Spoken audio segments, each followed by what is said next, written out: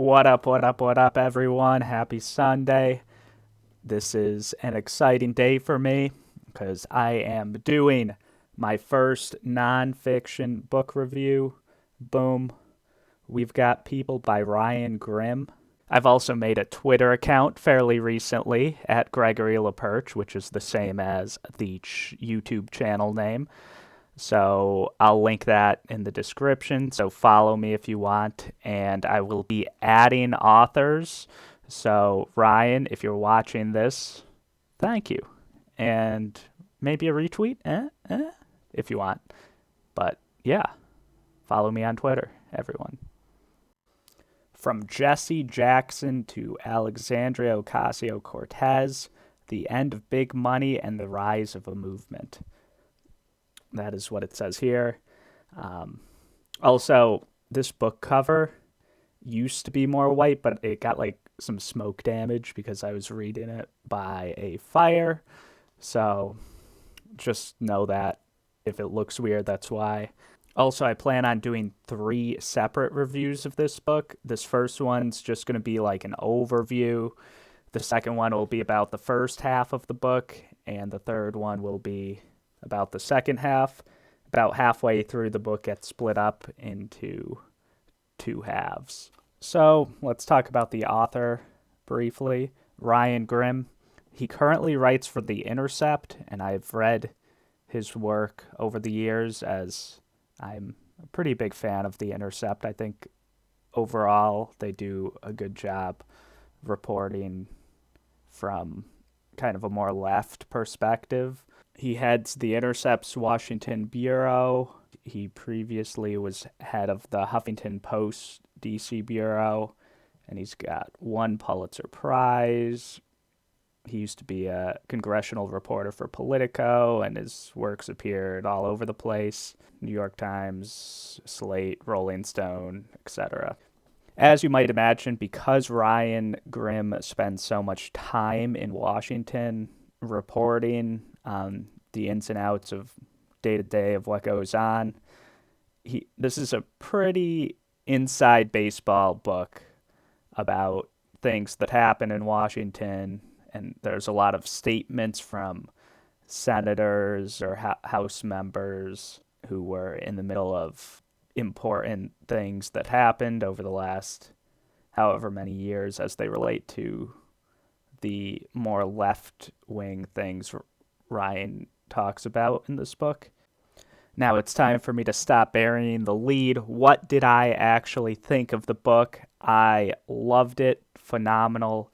Would recommend to basically anyone. I've just got like massive parts of the book highlighted. Like over half of this page I have highlighted. Page 125.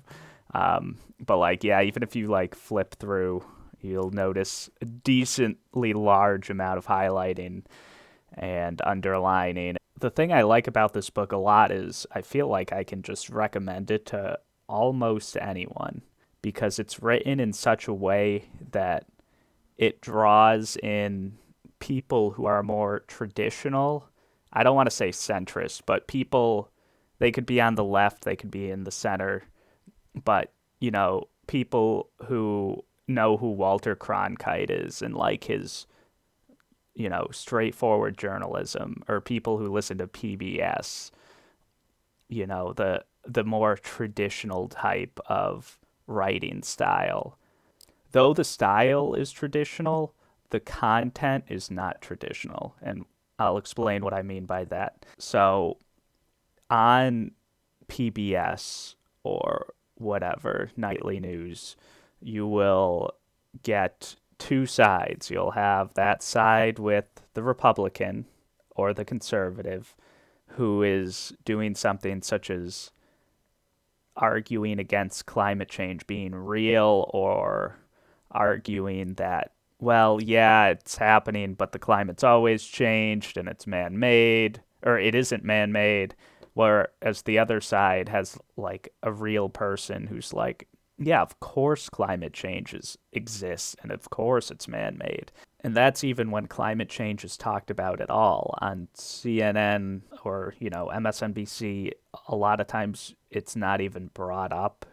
But this book gives a voice to those people-inspired movements that are trying to do good things. So it talks about the Sunrise Movement, which is a pro do something about climate change movement.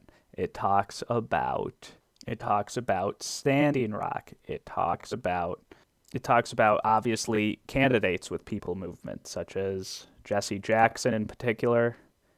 AOC, of course, yes, people movement as well, but her district was weird and had very few primary voters, to no fault of her own, of course. It talks about the Dean campaign. It talks about the fight for gay marriage. It talks about Elizabeth Warren a lot and her fight for the Consumer Financial Protection Bureau and regulating Wall Street. It talks about the fight to get universal health care, which is what a lot of people want. And the broader context of that is well over 70% of Democrats want at least a public option, if not just straight up a Medicare for all single payer healthcare system.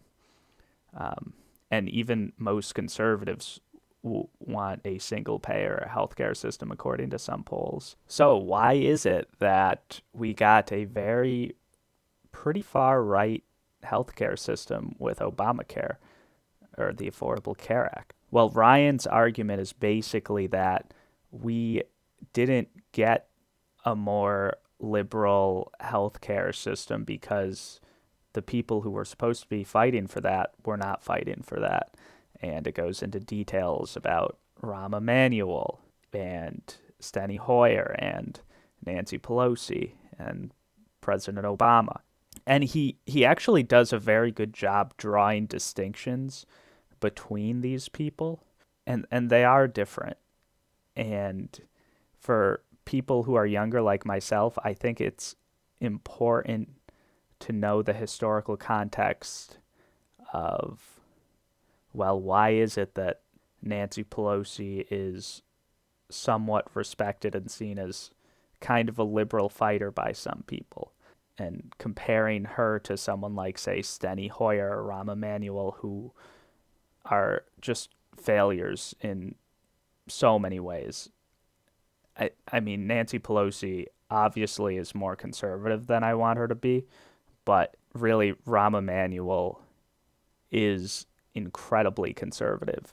And you could see that with the healthcare debate and how Nancy Pelosi fought for Obamacare against people who wanted something farther right, basically a healthcare system that would only insure kids. It would be like kind of the CHIP health insurance, but expanded a bit. But she kind of publicly mocked that, and it's funny because right now she's kind of publicly mocking things like the Green New Deal by calling it the Green Dream, but she mocked these right-wing healthcare systems proposed by other Democrats and called them like kitty care and stuff like that, just pointing out that they would be such a tremendously horrible and unhelpful health insurance system for everyone who's not a kid, so basically everyone. This book does a phenomenal job at talking about power. Who has power? How do you get power? What leads from political pressure to actual change and reforms? And the two types of power that people have are people power and money / lobbyist / campaign contributions, stuff like that. And this title is actually, it seems like an homage to the AOC campaign commercial where she says, "We've got people, they've got money." And obviously this book's called We've Got People. And it talks about those people movements and what happens when they go up against the system, the moneyed influences, if you will, the big pharma or the health insurance companies or anything like that. But yeah, I'm getting a bit too in the weeds of things that I'm going to talk about in my next two reviews of the book. If you've never read a book like this, it's okay to skip chapters that you don't really care about.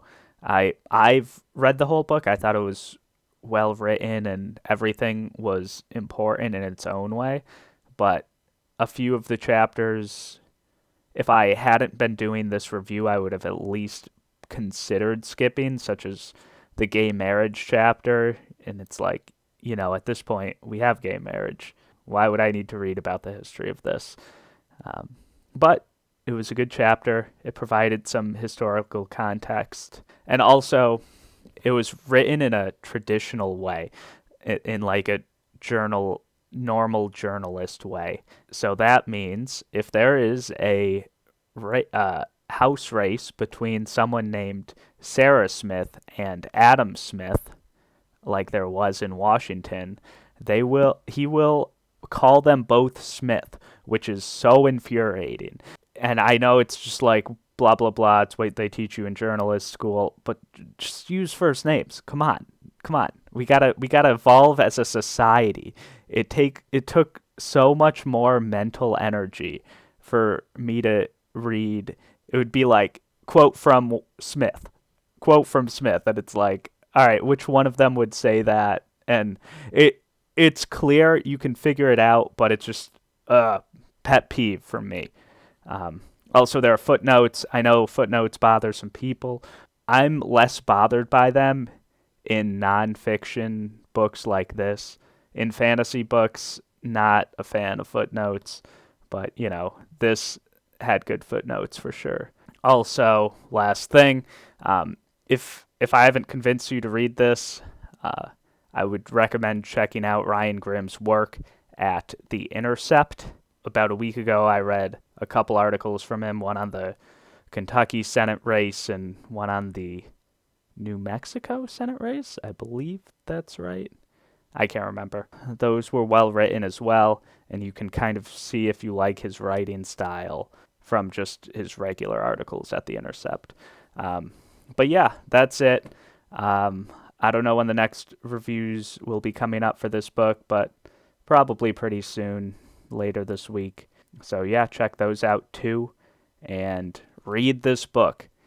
Again, it provides good historical context for younger folks like me, and it provides an actual real person perspective for older folks, like a not mainstream media type of perspective, like an actual perspective that follows real people, such as like teachers movement people, or climate activist people. It doesn't stray into these lands of following Robert Mueller around every day, all day. And like, of course you should talk about the Mueller investigation, but we don't need a full bio on every person on his team when like California's wildfires are just consuming everything. And I know that's kind of a non sequitur, but you guys get what I'm saying. Like no one cares about like the how many people Mueller had on his team and all that stuff, and no one cares about Carter Page, and like we've heard too much about these random people. But yes, I'm digressing into weird territory, so I should go. Like, subscribe, whatever, comment. Bye.